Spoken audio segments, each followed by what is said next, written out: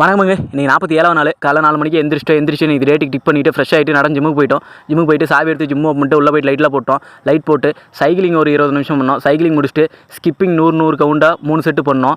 இதை முடிச்சுட்டு இன்றைக்கி வார்ம் அப் ஸ்டார்ட் பண்ணிட்டோம். இன்றைக்கி பார்த்தீங்கன்னா leg shoulder work out. So அதுக்கு தேவையான வார்ம் அப் மட்டும் முடிச்சுட்டு ஒர்க் அவுட் போயிட்டோம். ஒர்க் அவுட் பார்க்கறதுக்கு முன்னாடி நம்ம ஐடிக்கு ஒரு ஃபாலோ, நம்ம சேனலுக்கு ஒரு சப்ஸ்கிரைப் தட்டுங்க. ஃபஸ்ட்டு ஷோல்டர்லேருந்து ஸ்டார்ட் பண்ணான்னு.